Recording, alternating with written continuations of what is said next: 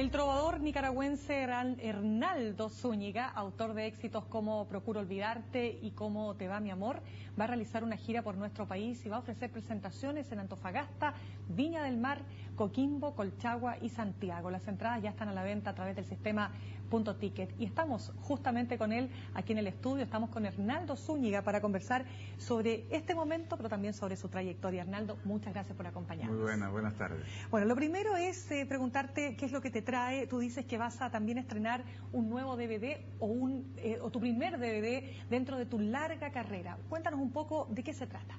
Bueno, grabé un DVD que se quedó fijado en imágenes y con un audio bastante resultón, una síntesis de mis 30 años de andadura musical, donde intenté hacer eso, meter lo más emblemático, que estuviera incluido de tal forma que fuera una especie de vuelo aéreo, de tránsito aéreo y una visión panorámica de esa carrera.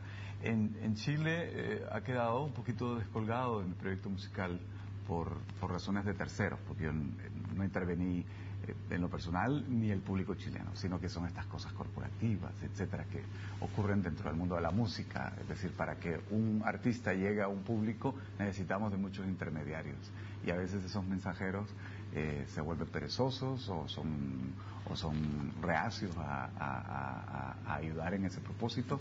Y el caso es que esta gira tiene ese aliento de reencontrar y ojalá poder recuperar, como decía antes, a Chile en mi andadura artística. Bueno, Hernaldo, vamos a hacer historia porque la historia tuya es súper interesante. Tú viviste en Estados Unidos, naciste en Nicaragua, estuviste en Chile viviendo también y en el año 1972 compusiste una canción que, fíjate que se dice que es el himno de la juventud de su tiempo, de esa época, Ventanillas. Sí. ¿Qué pasó ahí con ese fenómeno que además te permitió ganar, si no estoy equivocada, el tercer lugar del festival de Viña del Mar?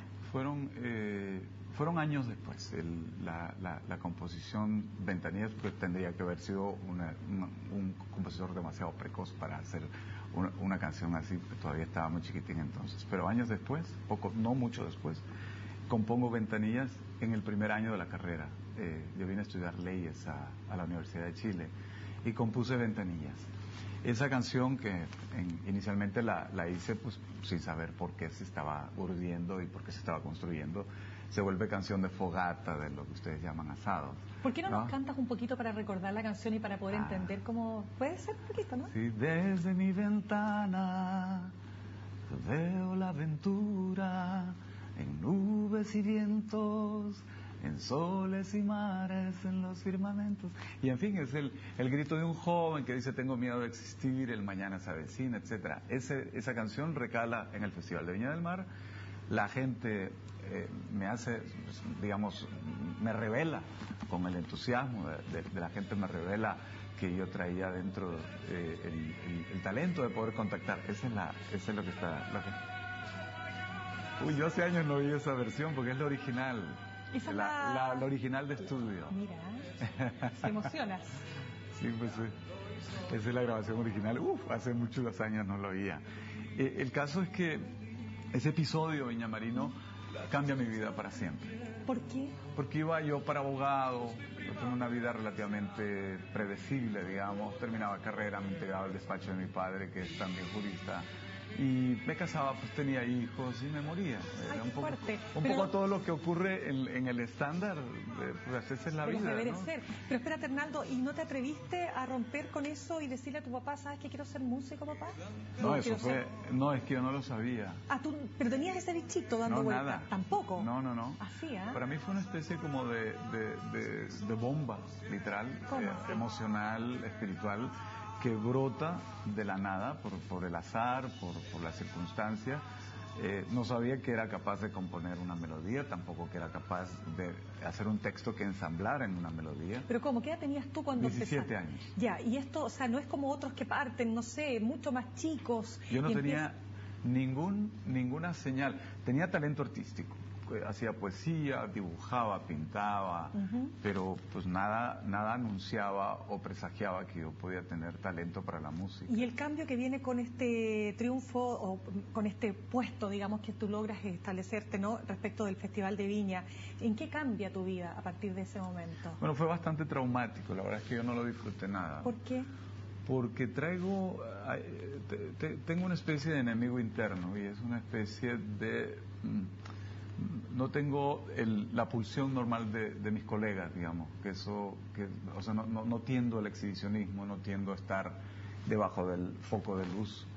Ahí hay una contradicción que no la resolvía nunca, incluso hasta ahora. Es decir, soy quien soy a pesar de mí, vamos a ponerlo de esa forma, porque si puedo llegar de forma discreta a un lugar, lo hago. Si puedo pasar desapercibido, también lo hago. Y eso logré más o menos estructurarlo en los últimos años, en donde tengo un público muy fiel, lleno lugares de 10.000 personas, vendo teatros de 5.000, de 4.000, de 3.000 en México, pero tengo muy poca aparición en televisión, de tal forma que yo puedo transitar de forma casi anónima. Siempre hay uno o dos que te reconocen, pero no podría hacerlo si yo tuviera una presencia mediática, sobre todo en los medios electrónicos, en los medios visuales. Por lo tanto, en ese sentido, perdona, ¿nunca la fama te nubló la vista? No, al revés, me estorbó la vista mucho. Correcto. Fue al contrario, para mí fue una especie de combate con ese adversario Tenías necesario. que lidiar con ello porque era parte de las reglas del juego, si uno quiere. Pues sí. ¿Pero lo manejaste? No realmente, la verdad es que lo pasé mal. Es decir, no recuerdo, sobre todo cuando era chico póster, ¿no? Entonces que estaba mucho en las portadas y en estas cosas que había en las revistas antes, en las páginas centrales. Todo eso yo no lo llevé muy bien, más bien lo llevé mal. Me sentía muy mal cuando estaba haciendo la cola de un cine y toda la cola pues estaba muy pendiente de mí o diciendo cosas para que yo las escuchara. O sea, la pérdida de tu individuo, o sea, de tu privacidad finalmente, de tu intimidad, eso es lo que se ve, claro, vulnerado cuando eres famoso. Sí, pero y eso te complicó mucho. Me complicó, pero tuve una enorme fortuna. Estuve siempre y he estado hasta el día de hoy rodeado por un entorno afectivo muy potente. Tengo muy buenos amigos y mis compañeros de facultad fueron verdaderamente solidarios, y sin ellos saberlo, al final del día me crearon una burbuja protectora, digamos, y la facultad también. Entonces, de alguna forma eso me desmarcaba de lo que podría haber sido una dinámica neurótica, ¿no? Bueno, dime tú, ¿qué chileno no ha escuchado esta canción? Bueno, esto fue un éxito continental. No, pero es que te digo, o sea, en toda América Latina. Exacto, esto es lo que define mi carrera. Yo a partir de este éxito puse mi pasaporte artista. Hasta ese momento era estudiante.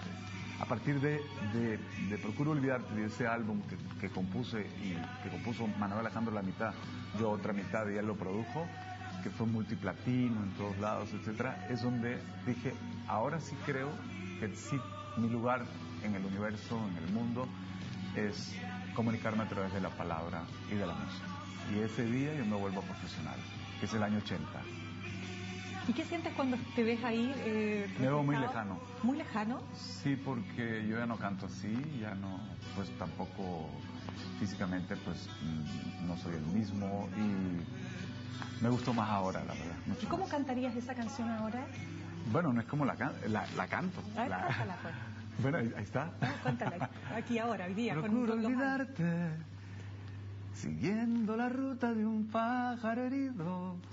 Procuro cansarme, llegar a la noche apenas sin vida, y al ver nuestra casa tan sola y callada, no sé lo que haría. Ya, sigue porque viene una parte preciosa. Lo que haría porque estuvieras tú, porque siguieras tú conmigo. Qué difícil, ¿eh?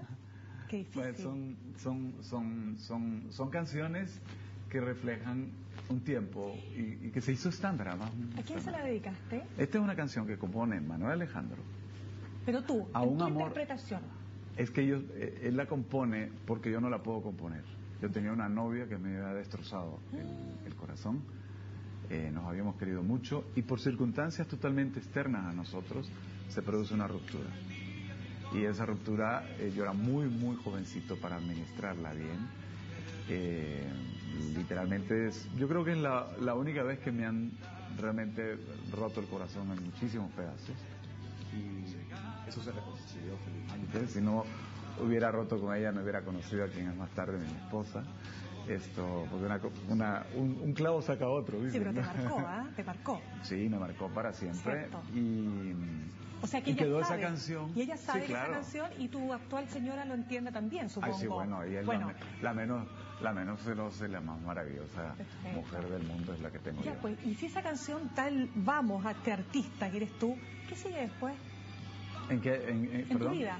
Esta canción que tú dices, marca. Tal Vamos, ¿no es cierto? A mi momento profesional como artista. ¿Qué viene después para bueno, tu vida? Bueno, es la primera vez que yo veo un paisaje a futuro con certezas, digamos, con pocas certezas como todo el mundo, pero antes no tenía ninguna, porque estaba debatiéndome entre la vida jurídica o la vida musical, no sabía por dónde, qué me vertebraba, no sabía qué es lo que iba a hacer con los años venideros, de qué iba a vivir, cuál iba a ser mi oficio, mi trabajo. Y esos episodios, que es muy interesante que los traigas a colación, porque además formaron parte de forma muy, muy colorida de Chile en ese entonces. Es cuando yo ya definitivamente me veo como un artista y me veo ante el enorme desafío de crecer, porque al final no me gustaba mucho artísticamente yo entonces. ¿No te gustaba? No. Y sentía que me faltaba muchísimo camino que recorrer para llegar a ser quien yo deseaba entonces ser. Y pasaron muchos años, pasaron unos 12 años, hasta que un día en un concierto me di cuenta que me había graduado. Que habías alcanzado la madurez. Yo no diría madurez, el perfil. Siempre extrañaba de mí lo que otros tenían. Correcto, es como el encuentro contigo mismo, con tu esencia como artista. Vamos a ponerlo de esta forma. Estuve en el colegio, digamos, y un día me gradué. Y ese día de graduación fue un concierto en que me di cuenta que había llegado a donde yo había deseado llegar. Entonces, control escénico, control de la voz, las canciones, hay una canción mía que vendió un poco más, o casi, sí, anda cerca de 2 millones de copias, que la popularizó Pandora, que se llama ¿Cómo te va, mi amor? Y esa canción también termina por consolidar una dimensión mía más discreta, que era la del compositor. Yo era un cantautor, pero siempre la imagen siempre se proyecta mucho más que el trabajo que hay subterráneamente. Y Pandora lo que hizo fue sacar eso subterráneo y volverlo visible. Hernaldo, quiero aprovechar un poco tu formación como abogado, el que viviste en Chile, el que eres nicaragüense. A ver, para partir, digamos, ¿qué vínculo hay con Nicaragua, con su historia, con lo que pasó en tu país, con el Frente Sandinista? ¿Qué hay ahí? Muy, muy potente. Yo vengo de una familia, mi padre era un hombre muy activo políticamente, era muy, muy amigo cercano de Pedro Joaquín Chamorro, que lo conocí yo desde niño, era una especie de tío, como dicen ustedes aquí en Chile, en casa. Y luego más tarde doña Violeta, su esposa, es presidenta de Nicaragua. Mi padre fue un luchador político, mi abuelo también. Luego hizo vida pública una vez que derrocan a la dictadura de Somoza. En mi casa han entrado militares, se llevaban preso a mi papá, es decir, desde que yo era niño. Y él nos inculcó el amor por la libertad, por la tolerancia, por la diferencia, por la pluralidad. Y yo creo que esos valores hicieron simiente en mi discurso y en mis valores también. Soy un demócrata convencido.